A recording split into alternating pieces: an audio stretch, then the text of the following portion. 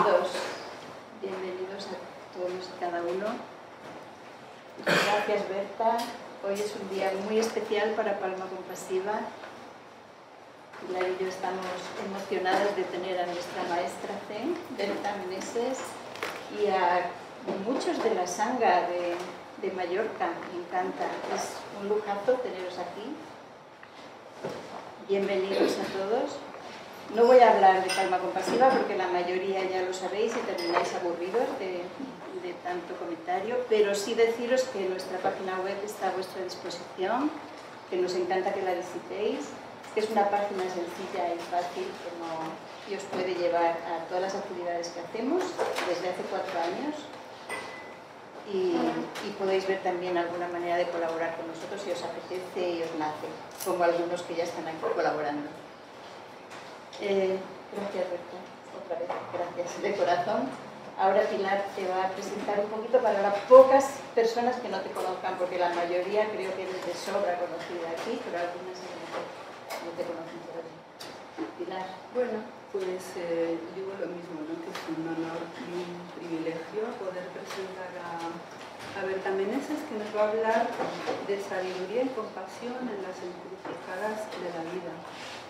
Ella tiene una trayectoria larguísima, ¿no? Tanto a nivel profesional como académica, como espiritual, como personal. Más fuerte. ¿Más fuerte? Un poquito. Vale. Pero bueno, como vemos que aquí hay unas cuantas personas que igual la conocen poco, pues os voy a resumir lo que quizás es lo más importante para tenerlo en cuenta y contextualizar también la charla. Ella es religiosa filipense y maestra Zen, es licenciada en Ciencias Químicas y Teología, dirige el Departamento de Matemáticas y de Cultura Religiosa del Colegio Nuestra Señora de Lourdes de Barcelona. Fue nombrada maestra Zen en el año 98 en la Escuela Sambo Zen Internacional con sede en Kamakura, Japón.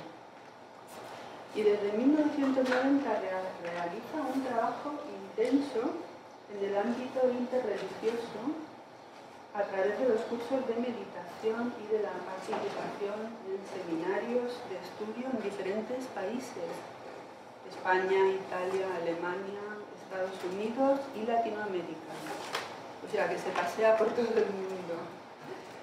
Presidenta de la Asociación Zen Ganaparamitha de Barcelona y vicepresidenta de la Fundación Valores Humanos. Yo sí que me gustaría añadir algo a título personal, ya que aprovecho que la tenemos tan a mano y que ella nos ha hecho este regalo de venir a dar esta charla, porque como veis, paseándose así por todo el mundo, está muy ocupada realmente en su agenda. Entonces ha tenido que hacer un hueco especial para poder dar esta charla para Palma Compasiva. Y bueno, yo estoy en ese sentido muy agradecida, ¿no? También, como ha dicho Marian, agradecida de que venga, pero sobre todo agradecida como discípula suya, como alumna, que la conozco hace casi 20 años. Y bueno, pues hemos recorrido mucho camino juntas, como tantos compañeros de aquí, ¿verdad? Y sí que siempre me llama la atención, y sobre todo al principio cuando la conocí, escuchando sus enseñanzas, me pareció que era como asombroso, no sé, increíble, ¿no? Esta simbiosis que ella ha hecho de esta faceta suya, que es religiosa filipense por un lado y monja Zen por otro. Esto que parece fácil, bueno, no sé si parece fácil, pero realmente a mí me parece un prodigio, ¿no? Manejar esto con esta soltura y con esta sabiduría que ella lo hace. Y bueno, pues dicen que cuando el alumno está preparado aparece el maestro, la maestra. En este caso eso es lo que me pasó a mí hace casi 20 años y por eso sigo con ella. Bueno, pues ya voy a dejar a Berta que empiece su charla y bueno, pues nada, Berta, muchísimas gracias Y adelante. Gracias, Pilar y María.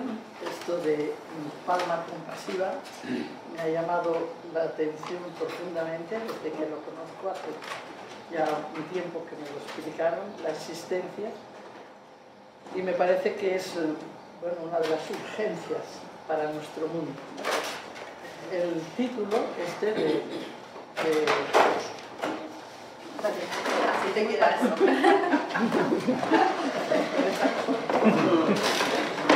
Este título de sabiduría y compasión en las encrucijadas de la vida es, por una parte, es muy zen, esto de sabiduría y compasión, y los encrucijadas de la vida es la realidad que nos toca a todos, ¿no? He hecho una especie de, digamos, de reflexión corta al principio, encrucijadas, caminos desconocidos, que no sabemos por dónde se eleva. El horizonte solo se mueve para el que camina, después de atravesar desiertos y movido por la confianza. En este pequeño párrafo ahí se condensa bastante lo que voy a hablar. Quería empezar diciendo que no todos vemos la vida como un paisaje abierto con múltiples encrucijadas, pero esa es la realidad.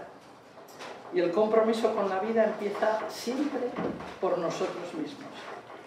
Y para que el compromiso sea transformador, implica que tengamos una nueva comprensión del ser que cada uno de nosotros somos y del mundo y del universo que nos configura. Sabemos que el mundo es como un tejido de significados diversos. Y no solamente en la apariencia, en la superficie, sino que también tiene una profundidad. Hay unas palabras del maestro Suzuki que dice: afuera, en lo de fuera de nosotros, el camino es largo, amplio y ancho, pero hacia adentro es profundo, profundo. Y nosotros nos encontramos en una realidad fenoménica que podemos decir que es un mundo que tiene siempre doble sentido. Y esta duplicidad la vemos a veces solo un lado, el lado más superficial. Vemos lo visible y se nos escapa lo invisible. ¿Cómo podemos entonces explicar y aprender el hecho de vivir a la vez el mundo visible y el invisible? Siempre se dice que, en la filosofía contemporánea, que el mundo es un horizonte de múltiples significados. Pero el horizonte que conocemos y que habitamos es este mundo, el mundo que llamamos finito. Es lo que nos llama la atención, este lado del horizonte. Pero todo horizonte tiene otro lado, siempre. Hay un más allá. Y ese más allá es invisible muchas veces. El horizonte también, he dicho al principio, cambia cuando uno cambia de posición. Pero cuando cambia de posición y percibe algo más, vuelve a aparecer otro lado, invisible, siempre. Esto es una metáfora para hablar que el horizonte verdadero para nosotros no solamente es lo que podemos ver, sino también lo que queda atrás, invisible. Y que en ese sentido hemos de cambiar la percepción que tenemos de la realidad. Hemos de aprender a adentrarnos en otros niveles nuestros, de nuestra conciencia, hasta tocar un ámbito profundo, que yo llamo apertura infinita, y que es el que nos conecta con ese lado invisible. Y es justamente ahí donde se experimenta lo que en el Zen y en la espiritualidad en general de todas las religiones, incluso de las no religiones, se llama el ámbito espiritual o de la sabiduría. Y esta sabiduría está ahí, no está en otro sitio. Otro son conocimientos, que es diferente de sabiduría. Es decir, esta sabiduría emerge de esa apertura infinita, de ese fondo del ser, de todos y de cada uno. Yo siempre me la imagino como si fuera una matriz de infinitas posibilidades. Y ahí, en esa matriz de infinitas posibilidades, es donde emerge esa sabiduría. ¿Y qué es esa sabiduría? Yo creo que esa sabiduría es la transformación de las experiencias que está hecho en el lugar de lo que llamamos invisible. Es decir, en el ámbito de lo invisible se cristalizan nuestras experiencias más profundas y es esa la sabiduría que adquirimos. Y esa sabiduría tiene características, se llamaría bondad, se llamaría belleza, se llamaría amor, sobre todo amor. Entonces el primer paso para este compromiso desde esta sabiduría profunda es el conocimiento de uno mismo. Porque sin conocer ese fondo primordial nos quedamos siempre en una percepción de la apariencia de las cosas. Solo vemos lo que aparece, la superficie de la realidad. Eso, en el ámbito del Zen, hay un gran maestro, que es Dogen Zenji, del siglo XII, que en una de sus obras importantes, o Renzo, dice: conocerse a sí mismo implica también olvidarse de sí mismo. Todas las personas que en realidad están en un cierto compromiso saben la importancia que tiene el conocerse y olvidar el ego. Es eso, el olvidarse de sí mismo. En realidad se necesitan tres energías, podríamos decir. La primera es esta que he dicho, la sabiduría, el conocimiento profundo. La segunda es el amor incondicional, la compasión, que es el olvido del ego. Y la tercera es el servicio, pero es la voluntad que hace libre y orientada al bien, esa voluntad. No es cualquier voluntarismo, es una voluntad muy específica. La sabiduría, este conocimiento profundo de uno mismo, que es el primer compromiso, también requiere el conocimiento normal del propio yo. O sea, tenemos que conocernos, esto lo sabemos, por eso las prácticas profundas no se realizan con niños, sino cuando la persona ha hecho ese proceso, llamemos así, de individuación, de maduración y de conocimiento de su personalidad. Porque esta personalidad es la que coordina muchos elementos, es la que da coherencia a nuestros pensamientos, a nuestras ideas, a nuestros comportamientos, a nuestras emociones. Es importante este conocimiento de la personalidad.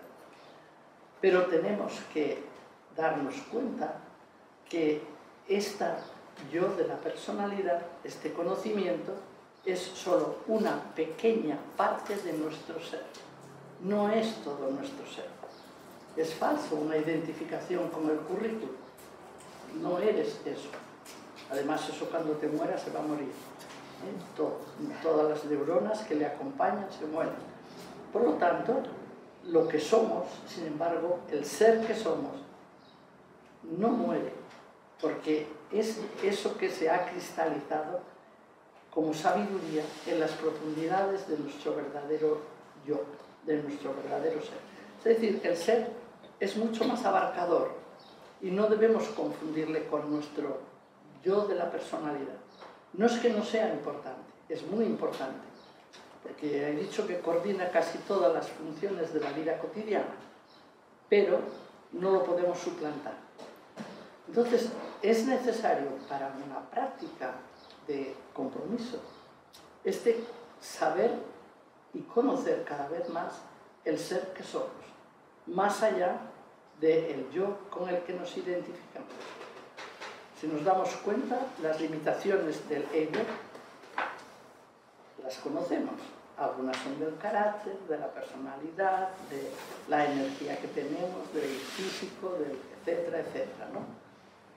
Nuestro trabajo consistirá en intentar tener una perspectiva mucho más abarcadora, que conociendo esta personalidad se abre a la sabiduría Y eso hace que las limitaciones que como todo ser humano tenemos puedan ser abrazadas, porque si no, enseguida nos desanimamos, nos sentimos incompletos, nos sentimos frustrados, etcétera, etcétera.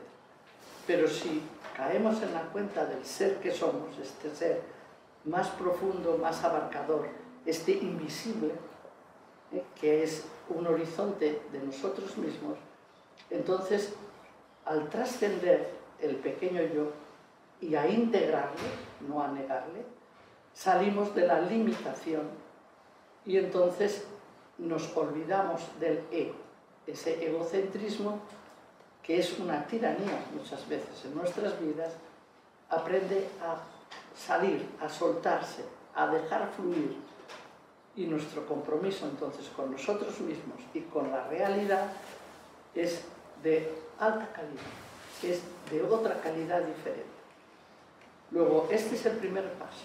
El primer paso de la sabiduría implica este conocimiento del yo y ese trascender el yo, integrarlo, porque sabemos que somos más que nuestro yo de la personalidad. Además, la sabiduría implica la unión entre el amor y el conocimiento.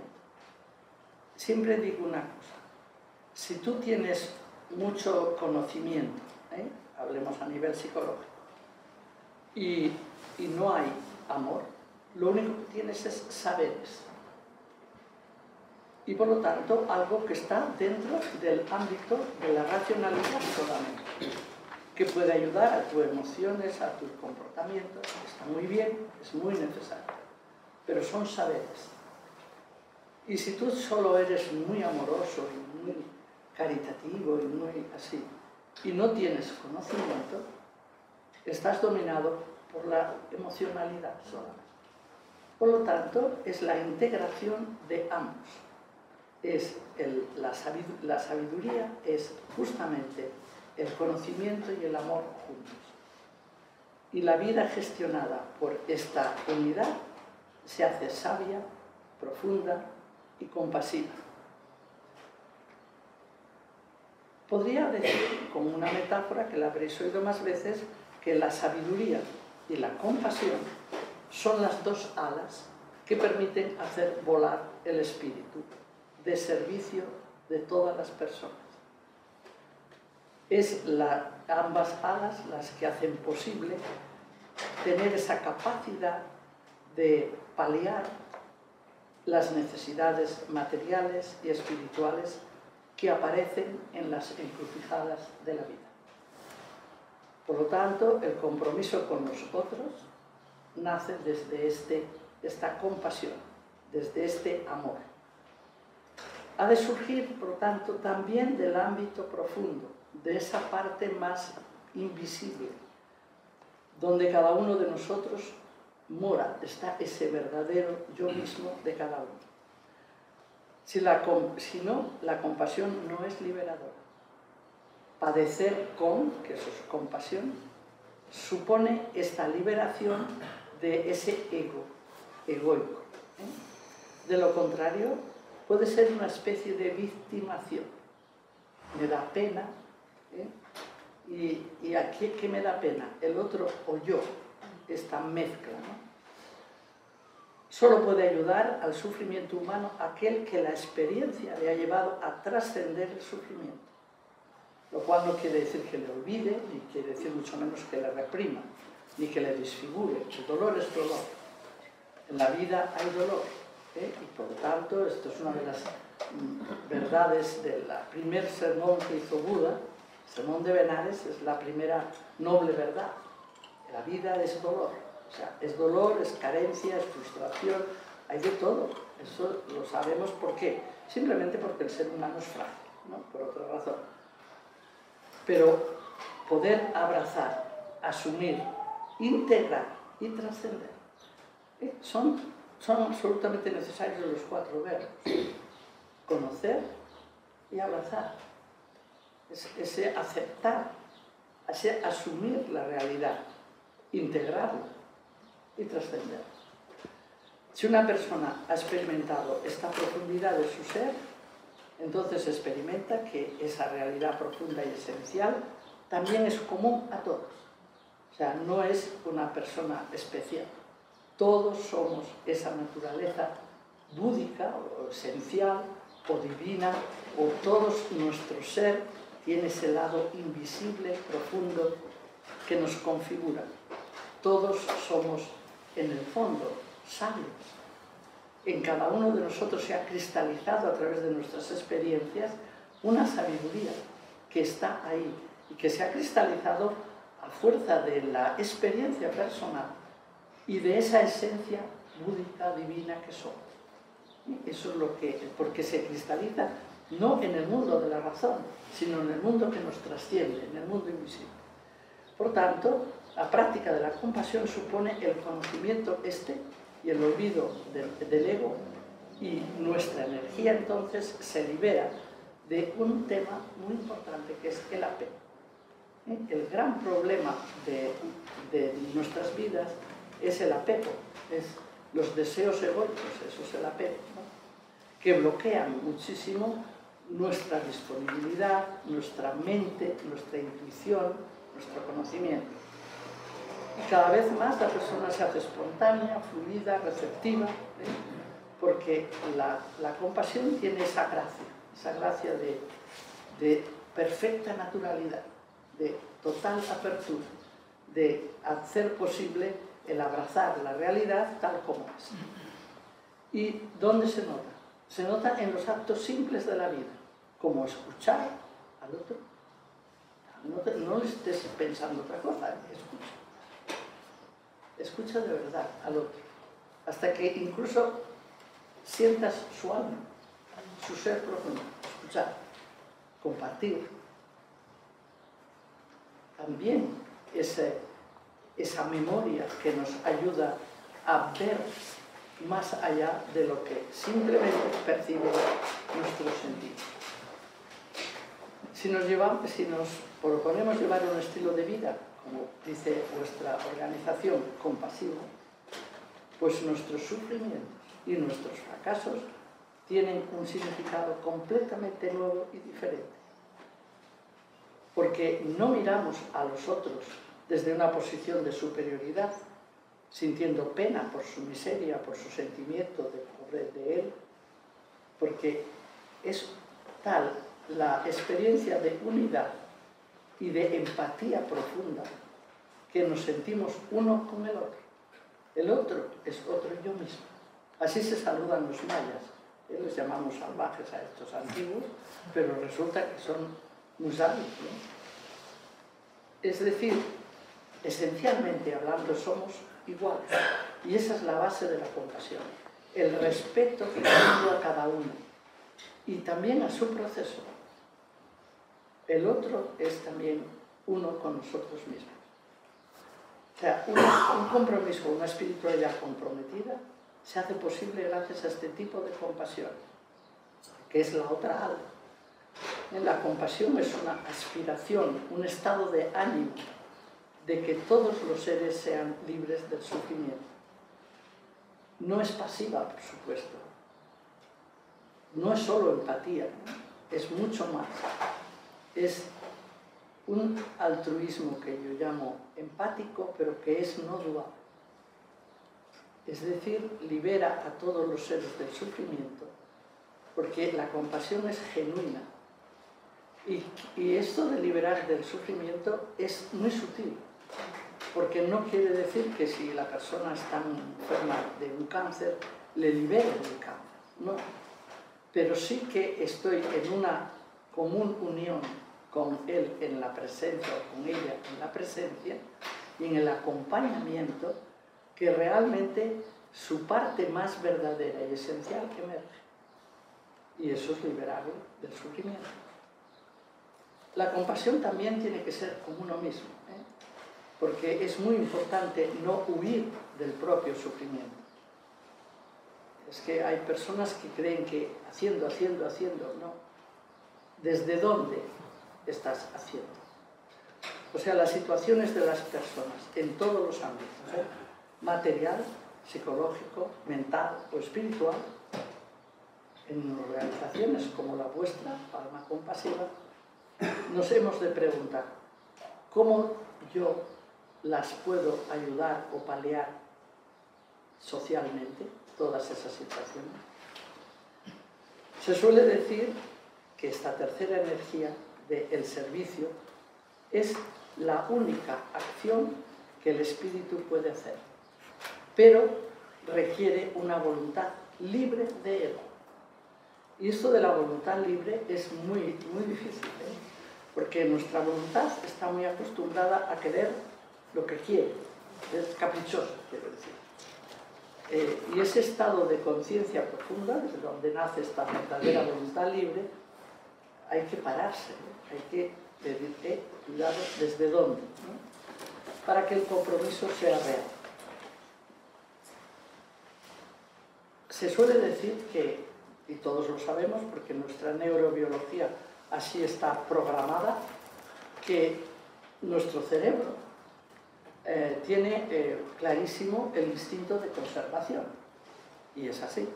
O sea, todo el mundo ante un peligro reacciona sin necesidad de ponerse voy a pensar, a ver, no, corre. Si hay algo que... Y si le sale un coche por la derecha, enseguida o se para si puede o se separa. No se va a dejar de repente pillar, ¿no? Es decir, no piensa, sino que el instinto es instinto. Y el instinto de conservación ha hecho posible que el ser humano continúe todavía vivo, porque no somos los mejores dotados de todos los animales, ni mucho menos, ¿no?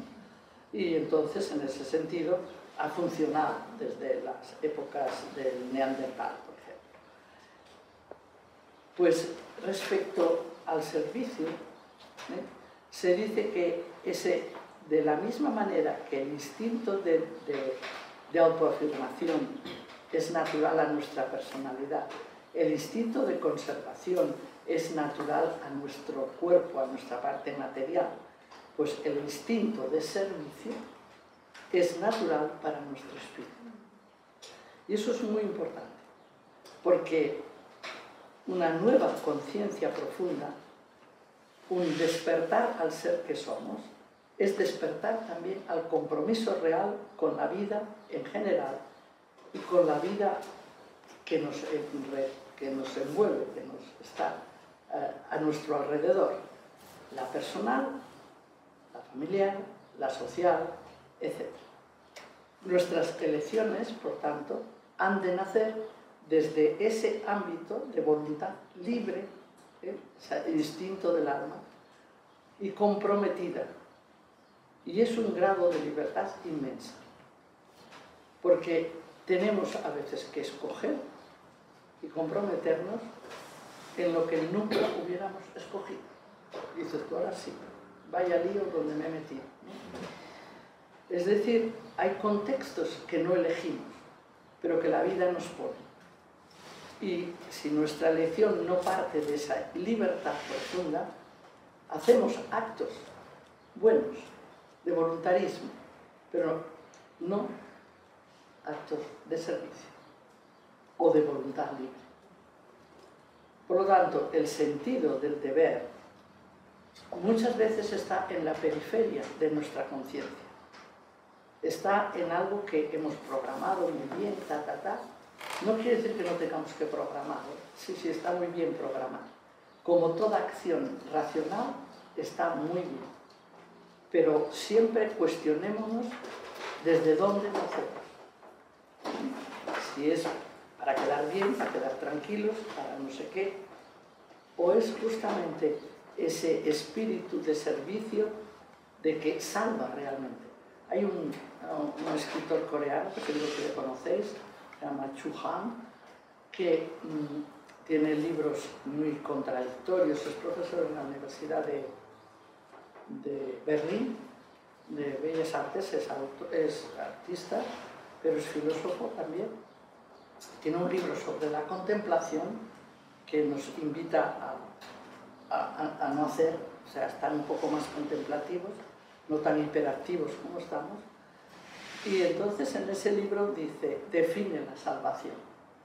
Y cuando define la salvación, y claro, cuando uno está comprometido con una Un movimiento como este, de alma compasiva, es como salvación de estas situaciones que son necesarias estar ahí presente, ¿no? Pues lo define como la capacidad que tenemos de hacer que el otro descubra su esencia. Eso es salvar. Por lo tanto, a veces en una enfermedad no logramos que se cure en el servicio que hacemos. Pero si logramos que descubra su esencia, es que nuestro trabajo ha sido súper interesante. Pero ¿cómo lo vamos a hacer si nosotros no hemos hecho ese camino? Por lo tanto, es muy importante esta libertad, esta voluntad libre. Hay una paradoja que diría, es querer, yo quiero hacer aquello que realmente ha de ser querido. No sé si entendéis el juego de palabras, ¿no? Y ese centro del ser libre de cada uno, desde ahí ha de nacer el compromiso verdadero, ese acto de voluntad libre. La aspiración, esa aspiración del ser, es un elemento básico de nuestro compromiso.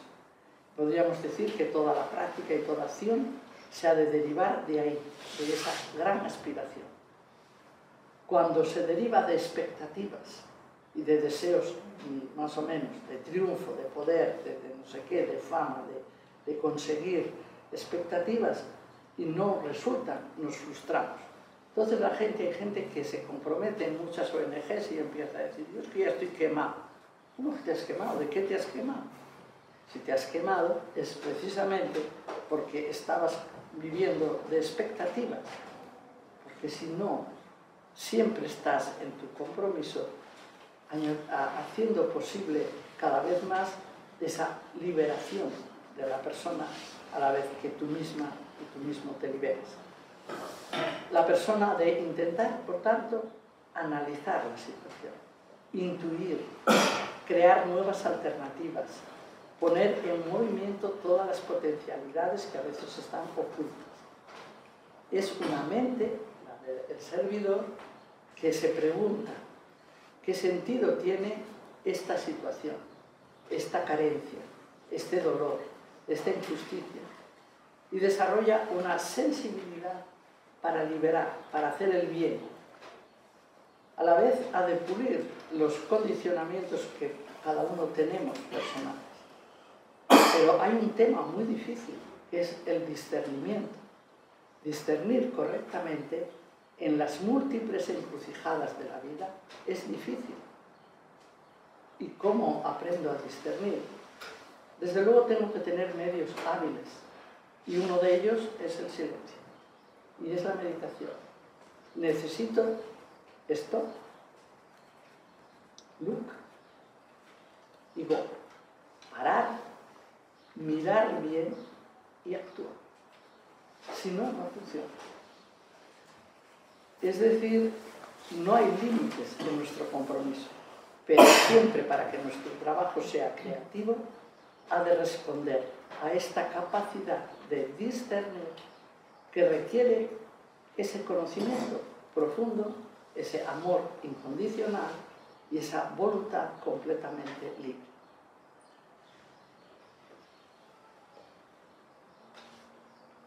Estar en esta alineado, no alienado, sino alineado, en estos valores, es estar alineado en la evolución de la conciencia. Hemos de hacer posible otro nivel de conciencia. Hemos de intentar aportar luz en todo lo que hacemos y para ello hay que cuidar mucho la atención. El servicio es necesario para cambiar las estructuras.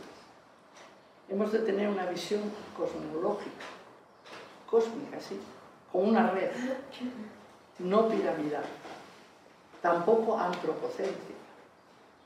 Es como darnos cuenta de que la vida es una red de relaciones que se comprometen de una forma creativa, cooperando, no compitiendo, que es como funciona, que analiza, que intuye, que crea y que crea nuevas maneras de ser y de hacer.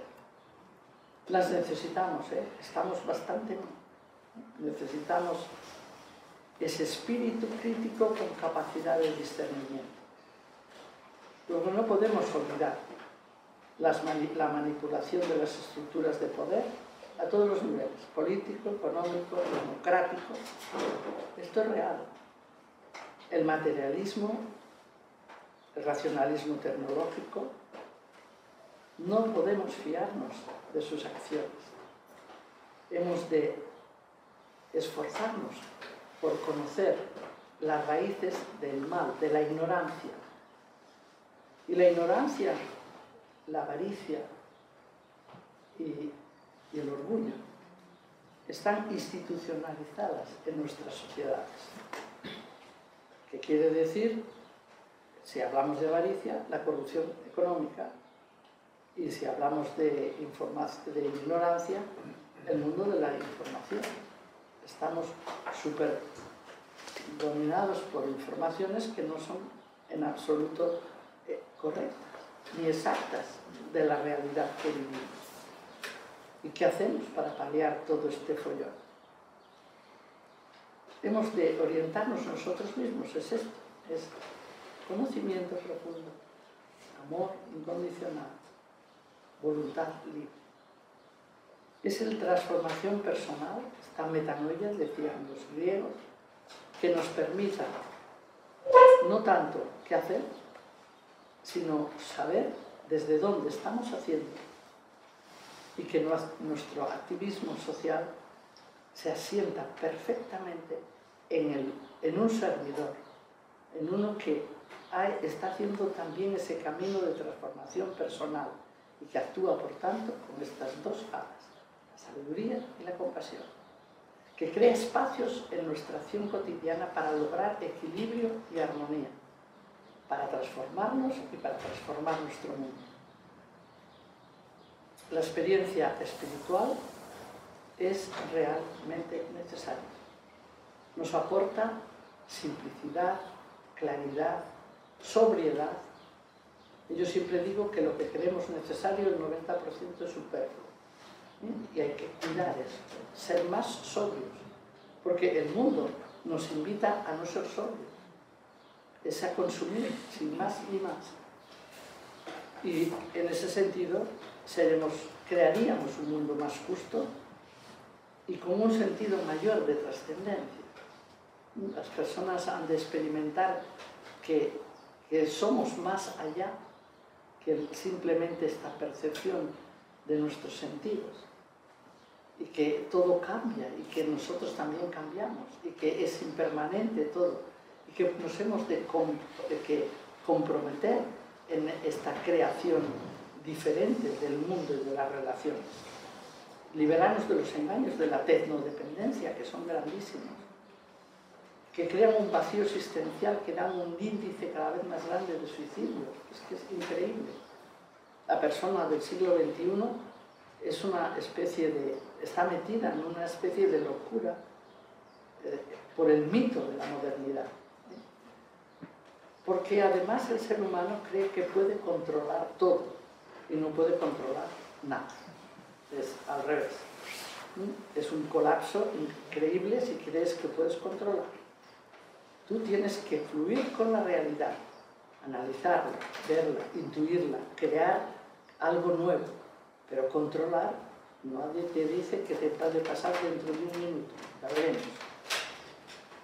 Es decir, la persona, si está despierta, no es pesimista, es optimista, o es esperanzadora, si nos gusta más la palabra, porque la raíz de su acción se asienta en ese nivel profundo y trascendente que es. Y entonces tiene una concepción del mundo, de la existencia, que está marcada por esta sabiduría y por esta compasión. Entonces genera paz, equilibrio, más allá de incluso de la miseria material que a veces está percibiendo en la realidad. Una persona espiritual es realmente una persona que experimenta continuamente la interdependencia de todo y de todos. Esa percepción de la realidad como un todo interdependiente es muy importante. Lo hemos hablado muchísimas veces esto cuando Raymond Paniker vivía. Y es así. Es un todo divino, humano y cósmico, la realidad. Y por lo tanto, tenemos que hacer posible este fluido armónico con nuestra experiencia profunda de interrelación. Por lo tanto, está muy bien aspirar por más armonía, más serenidad, más paz. Pero también saber que no es un sueño ingenuo, esto que decimos que todos estamos interrelacionados, que no hay dualismo, sino saber que la curación de la herida que nos separa a unos de otros es importante. Recordad el mito, todos lo conocéis seguro, el mito del sanador herido, ¿no? El mito aquel del mensaje. También aparece en el cristianismo, ¿no? Como el mandamiento primordial del amor de Jesús de Nazaret, ¿no? Pero pensad que el sanador herido, en el mito griego, es el único que puede ayudar realmente a hacer un servicio libre, porque él mismo se siente así, frágil, con carencias, y que las ha asumido y que las ha trascendido, y por eso puede ayudar. Encrucijadas estas profundas existen en la vida, no solamente en las elecciones de la vida, que son múltiples, diariamente, continuamente hay encrucijadas. No solamente cuando decimos son encrucijadas las dificultades económicas, la misma condición del ser humano, el trabajo, las situaciones trágicas y duras que nos tocan vivir, el dolor físico, los venenos, digamos, que a veces aparecen en nuestra psique, de odio, de orgullo, de ignorancia, el rencor que aparece en las separaciones, o amarguras, o desconfianzas, en las profesiones, en el lugar que estamos, en el sentido de la vida. Todos son encrucijadas. Y de algunas de ellas, algunos tenemos todas casi y otros tienen unas cuantas. Pero todos tenemos algunas. ¿Por qué? Porque forman parte de la vida. Todos son elecciones, encrucijadas que hay que elegir. Me hizo gracia una vez viendo el Camino de Santiago en un sitio que no sé si se llama San Pedro, San no sé quién, San Juan de la Roca o de la Peña o algo así, de la Peña. Había una columna en medio enterrada, que no tenía basa ni tenía capitel, digamos, pero tenía la columna. Y nunca había visto una columna que tuviera dibujo. Y esta estaba dibujada con Y todas. Y entonces le pregunté al Señor, qué curioso este dibujo que tiene esta columna. Y me dijo el Señor, es la vida. Digo, ¿ah, sí? Es decir, porque esas son las encrucijadas de la vida. Es decir, mire, siempre vamos por un camino y de repente aparecen dos y tienes que elegir este o este. Entonces eliges este y este vuelve a ser esto otra vez, que otra vez hay dos. Y si eliges este, de este también hay dos. Y así se multiplicaba la columna en el dibujo. Y es verdad, es un dibujo muy simpático, pero que quiere decir que cada vez que elegimos, en realidad es causa de otros efectos, que a su vez vuelven a ser causa de otros efectos. Y así son todas las encrucijadas. Si no me llega a pasar esto, yo no estoy aquí. Y si no llego a elegir aquí, no estoy allá, etcétera, etcétera. Es decir, para todas las encrucijadas necesitamos sabiduría y compasión. Porque hay que saber discernir correctamente y necesitamos ese alto nivel de conciencia. ese nivel de conciencia está forjada en la sabiduría, en la bondad, en la verdad, la belleza, la compasión, el amor. Está ahí, en esa sabiduría, ¿no? Y entender la naturaleza de lo que ocurre, a veces es un sufrimiento, nos puede ayudar muchísimo a liberar otro nivel de sabiduría.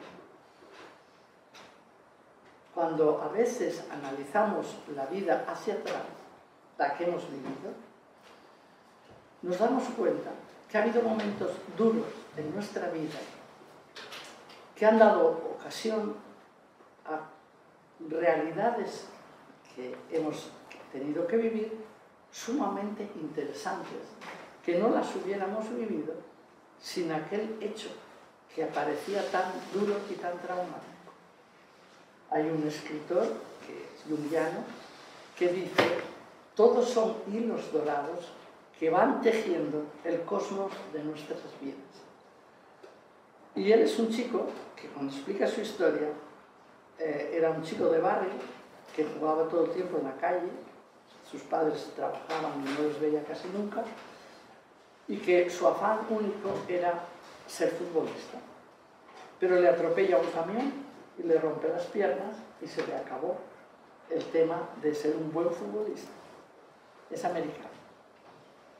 Entonces, no tiene otra cosa que escuchar en la iglesia del barrio al señor organista que todos los días ensaya en el órgano, ¿no? Entonces entraba en la iglesia y se sentaba al lado del organista. Y así fue como este señor experimentó la música de una manera que fue un gran músico, ¿no? Tenía bastante éxito. Y entonces ese es un hilo dorado que él dice que le hizo posible, o sea, un trauma, que se le rompan las piernas, que hizo posible el descubrir el mundo de la música. Pero era un chico, quizás muy poco sociable, que el mundo de las relaciones era un fracaso. Y fue al psicólogo, evidentemente, para ver si le ayudaba. Y quedó, el psicólogo era una mujer prendada de su capacidad de aprendizaje, de su capacidad de entrega, y le paga una beca para que estudie psicología nada menos que en Suiza, en el centro junguiano. O sea, el fracaso sentimental le lleva a tener una beca. Otro fracaso es otro hilo. Y así va explicando toda la historia. Estaba creando una ONG en India, etcétera, etcétera. Pero todas son fruto de tener que hacer un cambio radical debido a un fracaso previo, ¿no? Quizás no hace falta que sean tan relevantes nuestras situaciones, pero todos tenemos momentos en los cuales la encrucijada de la vida nos ha hecho coger una dirección determinada que ha marcado y va marcando en lo sucesivo, causa-efecto, las diversas elecciones que tejen este cosmos de la vida de cada uno, que realmente es dorado, es sabio, porque la vida es más grande que nuestra pequeña vida. Y por lo tanto, siempre se nos va a otorgar, si somos fieles a nosotros mismos, aquella realidad o aquella situación que nos ayude a ser más nosotros mismos. Eso sería lo que quiero decir. O sea, la conclusión es que hemos de aunar esfuerzos comprometiéndonos en despertar esta sabiduría y esta compasión para favorecer el desarrollo de nuestra conciencia. Hemos de intentar mejorar las condiciones materiales, mentales, emocionales de las personas, es verdad, pero desde una visión muy amplia y muy profunda, sabiendo que siempre hay el otro horizonte, el visible y el invisible, que hemos de cooperar en la evolución y en la renovación del ser humano que somos y con el que convivimos. Desarrollar esta percepción es necesario si queremos ser coherentes en nuestro trabajo como personas comprometidas en la transformación de la realidad en la que nos toca cooperar. Esa es una visión más holística de la realidad, es una visión de cooperar, no competir, ha de nacer cada vez más espontáneamente desde esa conexión profunda con nosotros mismos. Y hemos de ser conscientes de que en ese ámbito somos ilimitados. El ser humano es limitado, evidentemente, pero en la creatividad, en la imaginación, en la intuición, en la libertad profunda, en el amor, en la compasión, somos ilimitados. Y es desarrollar esas potencialidades ilimitadas es lo que nos toca de compromiso con la realidad para ser cada vez más plenamente humanos o más plenamente cada uno nosotros mismos. Y acabé.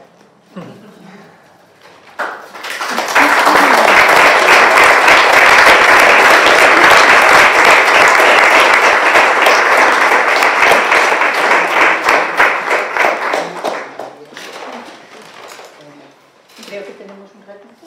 Sí, sí. Tenemos un ratito para hacer coloquio. Podéis preguntar lo que queráis. Y podéis contestar. Intentamos tomar palabras si alguien quiere hacer preguntas. Se lo dejo sin palabras.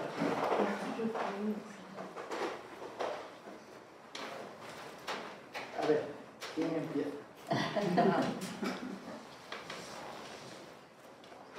Nos hemos quedado reflexionando en todo lo que acabamos de ver y a veces hay que ordenar, ¿no? Todo el contexto. Perquè Bertamenes es diu que el segle XXI o serà espiritual o no serà. Porque yo creo que estem en un momento molt difícil i molt crític, molt complicat. Precisament perquè hay unas fuerzas por aquí que acentúan molt el individualismo, ¿no? Y por lo tanto el egocentrismo, y no nos podem salvar como éssers humans si no transcendim aquest egoico, aquest ego que és competitiu, que no se n'adona de que estem totalment interrelacionats, que les nostres actituds repercuteixen en la humanitat, en tots, que el mal genio, que la actitud egoica, que l'actitud possessiva, totes aquestes no solament te fan mal a tu, sinó a tot el teu entorn i al planeta. Y o trascendes, o es espiritual, que quiere decir que eso lo integras de tal manera el no dual, el que todo nos conforma a todo. Esta experiencia de interrelación es absolutamente necesaria, porque entonces no es que tanto da, yo tengo suficiente agua para bañarme, no, has de cuidarla, repercute. No, yo me puedo comprar 50 camisetas porque así no, repercute. Cantidad de gente que vive en las maquilas para nuestra ropa y lo pasa muy mal, que no cobra más que $150 al mes. O sea, es real, o sea, todo repercute en todo. Eso a nivel material. Pero además es que la manera de generar estas actitudes de belleza, bondad, amor, sobriedad, simplicidad, gratitud, etc., todas estas, esto es justamente la realización del ser humano. Le hace feliz. O ganas la vida o la pierdes. Y necesitas trascender para poder ganar. Si te quedas en este sostre, o sea, de aquí, aquí, entonces es la... Pero dona la casualitat de que antigament, jo crec que els nostres avantpassats ho tenien molt més fàcil, perquè tenien més capacitat de temps, de contemplació, no estaven tan bombardejats com nosaltres. Jo ara me trobo a tots els meus alumnos que con el chat GPT lo tienen todo solucionado. No, digo, no, es que no lo sabes, aunque te lo diga la inteligencia artificial, no lo sabes. Y si tú no lo experimentas, vas a ser dominado. O sea, es muy dramático, es bastante más grave de lo que pensamos. Y como las informaciones son muy sesgadas y muy manipuladas, y oímos un telediario y estamos diciendo, fíjate que este político como es de desgraciado, pum, pum, pum, pum, porque nos lo están dictando. Y no vemos el otro lado, no lo vemos. Por eso hay que tener un espíritu crítico muy grande, una capacidad de discernimiento muy grande, hay que no dejarse manipular, que es continuo, que te sientes manipulado, y sobre todo si tú tienes conciencia de unidad y de interrelación, nada es indiferente. Y entonces eso implica que ves el alma de todo, de las cosas, de las personas, ves el espíritu, ves eso que te ayuda a ser mucho más compasivo y mucho más comprometido y mucho más austero. Y o es así o no nos salvamos. Bueno, ya vemos cómo va lo del planeta, o sea, es tremendo. Ya vemos cómo está ardiendo un sitio, de repente hay unas trompas de agua que se llevan a no sé quién por delante, es horrible, que se mueren 500 personas en el Mediterráneo, etc. Porque no son negros, ¿qué más nos da? ¿Cómo qué más nos da?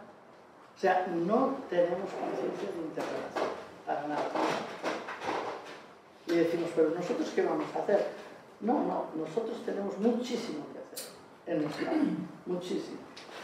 Muchísimo porque nuestras maletas están llenas de por si acaso y nuestros armarios no duramos. Y porque no solamente gastamos lo que no es necesario gastar, sino que y tampoco tenemos una actitud positiva con lo que tenemos. O sea, no nos levantamos por la mañana y abrimos la ventana y decimos, oh, gracias, el día que se me otorga. Y procurar no poner mal humor porque no me funciona la cafetera, porque si no, ese mal humor también es el que hace que haya guerras, porque todo suma. Tu pequeño mal humor también suma. Y tu actitud positiva también suma. No hay ningún acto indiferente. Entonces, por eso sí, el hombre, la mujer, la persona del siglo XXI, o es místico en el sentido que ve el lado invisible de toda la realidad, o si no, nos hundimos. Y nos hundimos como humanidad. El otro día, un gran investigador, que es americano, pero que es de origen ruso, dijo en la reunión, habla de cálculo de guerra mundial, nada menos, dada la situación, y dada la precisión de las armas. Porque puede entrar un chino de estos y decir, y como esté dirigido desde donde lo dirige a Gaspar, te toca a ti y a nosotros nos deja sin tocar. O sea, que es increíble la capacidad que tiene la tecnología en este momento. Y es muy fuerte. Entonces, o es una nueva conciencia, o si no, ¿quién nos va a manejar? El pensamiento que ha creado este caos no es el pensamiento que puede salvarnos de este caos. Tiene que ser otro. O la conciencia que ha creado este caos no es la conciencia que nos salva. Y esa conciencia es espiritual, es trascendente. Es ese ser profundo que somos. Y desde ahí sí que hay bondad, belleza, amor, libertad. Sí que hay ahí. Y es en cada uno de nosotros. No podemos decir que no. Si no contactamos con ello, es porque tampoco le dedicamos tiempo.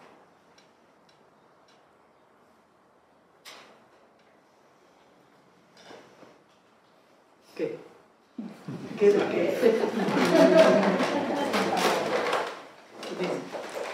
O sea, que es básico meditar, ¿no? Espera, un momentito que van a hacer una preguntita, sí. Sí, gracias. Muchas gracias, de verdad. me parece increíble. Estaba todo el rato pensando, tendré que volver a escuchar. Son muchas cosas.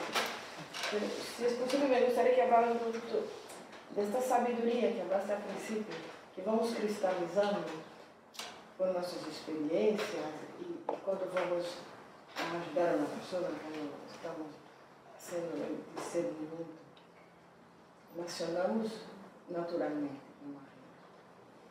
según las experiencias que podemos haber tenido, nos podemos equivocar, o sea, cristalizamos cosas que a lo mejor no sabido, no sé si me explico. Sí, son dos niveles diferentes de los que hablas, ¿no? O sea, hay un nivel en el cual nuestras experiencias pasadas pueden ser introyectadas dentro de nuestro inconsciente, llamémoslo así, y crear en nosotros patrones de funcionamiento que nos condicionan.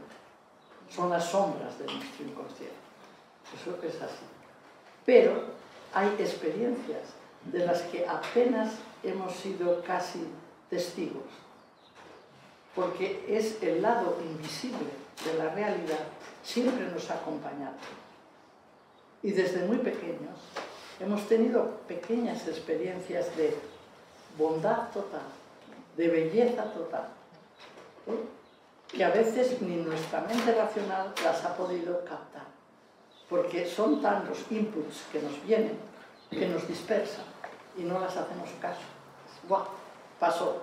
Bueno, ha sido como un segundo.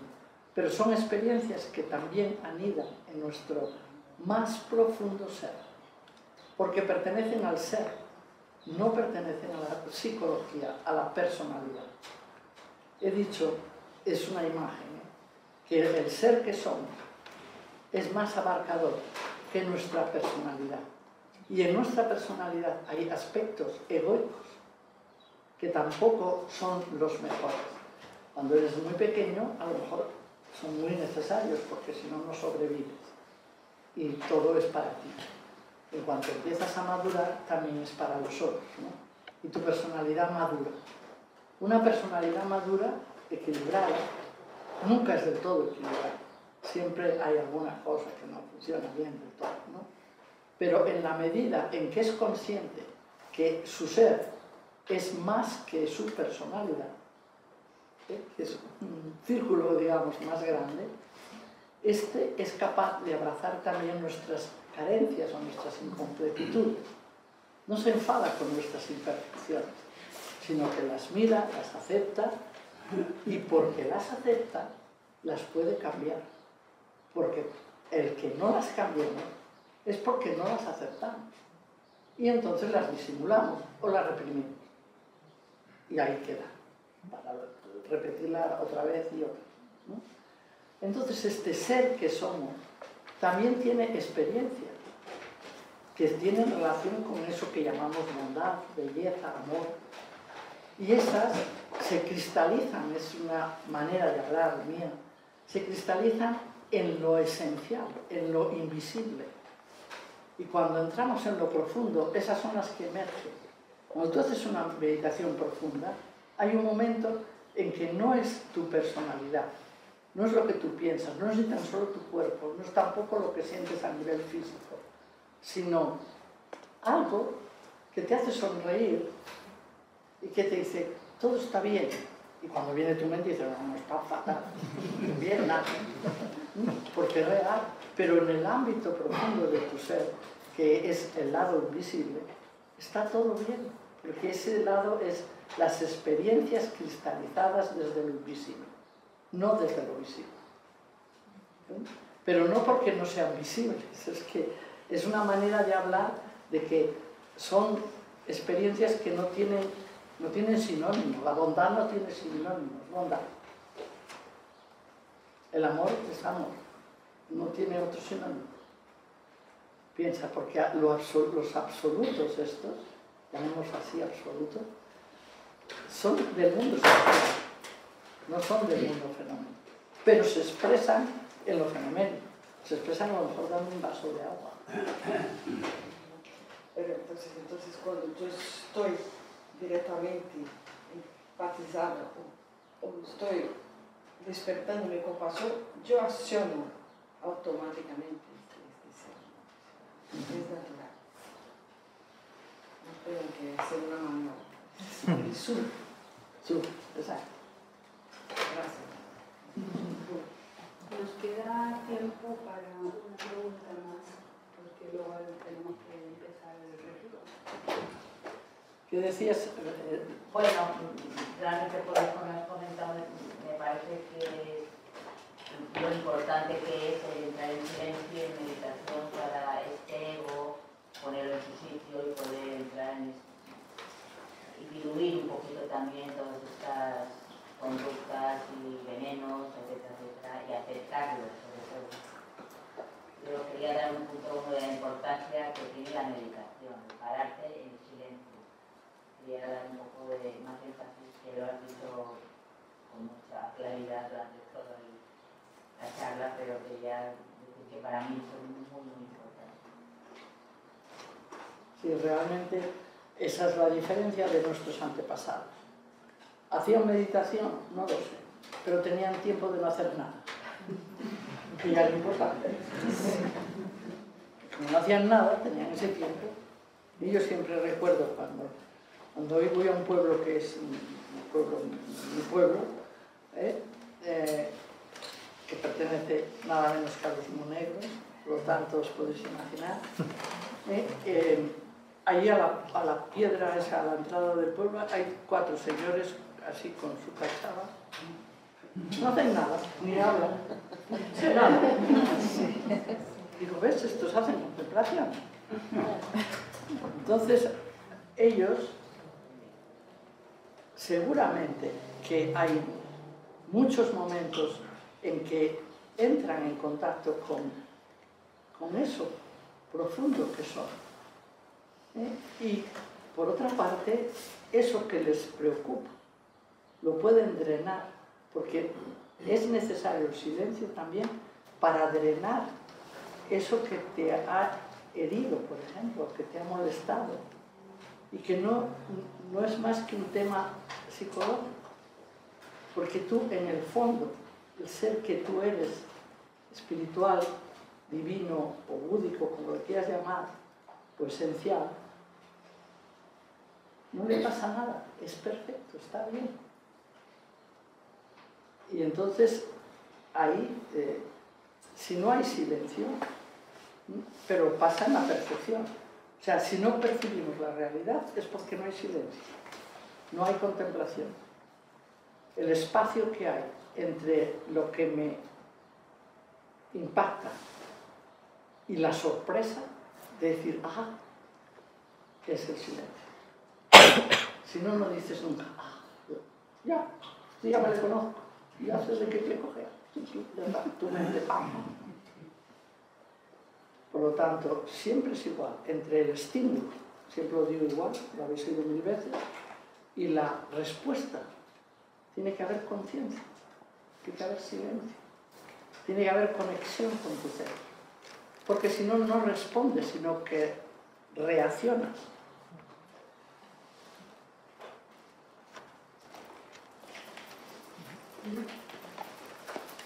Y nos vamos, ¿no? A ventilar un poquito. Bueno, Berta, muchísimas gracias. Muchísimas gracias a cada uno de vosotros.